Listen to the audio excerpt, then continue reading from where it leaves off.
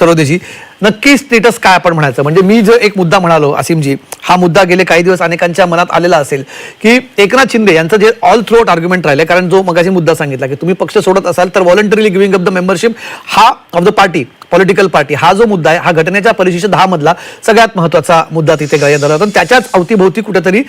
शिंदे यांचं आर्ग्युमेंट यापूर्वी राहिलंय आणि उद्या जे ते आर्ग्युमेंट करतील कदाचित ते याच्याच अवतीभोवती असणार आहे पण मग अशा वेळेस उद्धव ठाकरे पक्ष प्रमुख होते त्यांची कुठेही हकालपट्टी केल्याची बातमी किंवा त्याचं कुठलंही पत्र त्याच्यात नाहीये ते पक्षाचे प्रमुख होते एकनाथ शिंदे पक्षाचे मुख्य नेते झाले हा एक कुठेतरी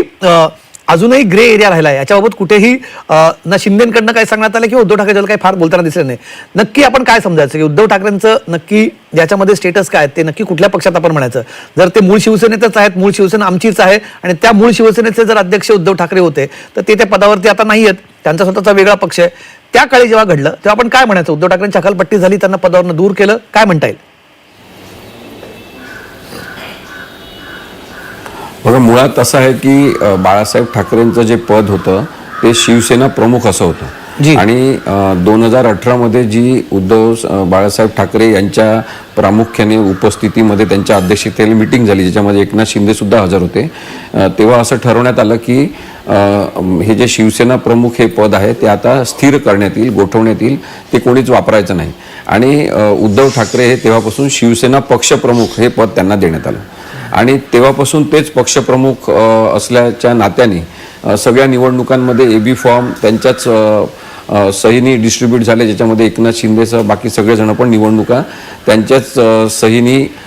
पक्षाचे अधिकृत उमेदवार म्हणून मान्यता मिळाल्याने ते लढले आणि जिंकले आणि ते मंत्री सुद्धा झाले उद्धव ठाकरेंच्या मंत्रिमंडळामध्ये पण हा जो खोडसाळपणा आहे तो कसा सुरू झाला हे आपण समजून घेतलं तर आपल्याला दिसेल की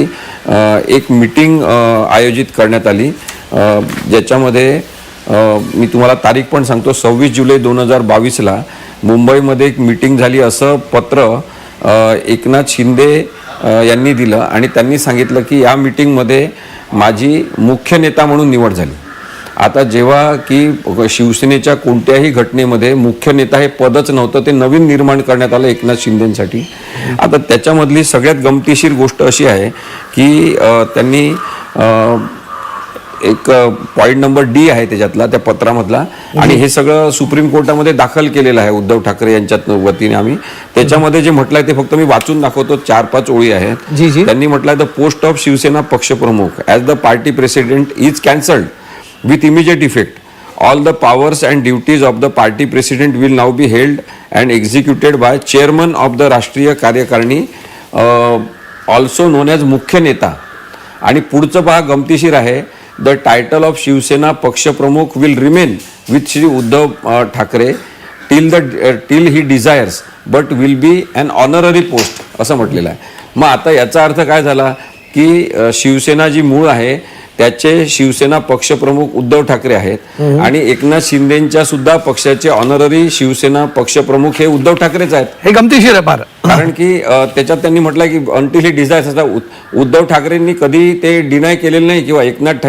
शिंदेंनी पण हे आम्ही केलेलं आहे ते आम्ही डिनाय करतो असं म्हटलं नाही आता एक गमतीचा भाग पुढचा आणखी असा आहे की याचा अर्थ 2018ची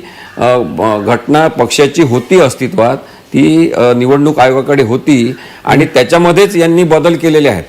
असं यांचं म्हणणं आहे मग आता 2018ची घटनाच अस्तित्वात नव्हती हे नाकारणं धडधडीत खोटं सांगणं निवडणूक आयोगाने ते मान्य करणं हे बरोबर आहे का हाच प्रश्न सुप्रीम कोर्टामध्ये उपस्थित करण्यात आला होता जेव्हा जस्टिस चंद्रचूड यांचं बेंच होतं आणि त्यांनी सुद्धा ही 2018ची घटना आहे हे मान्यच केलेलं आहे आणि त्यामुळे मला असं वाटतं की ही जी राजकीय बदमाशी एक प्रकारची आहे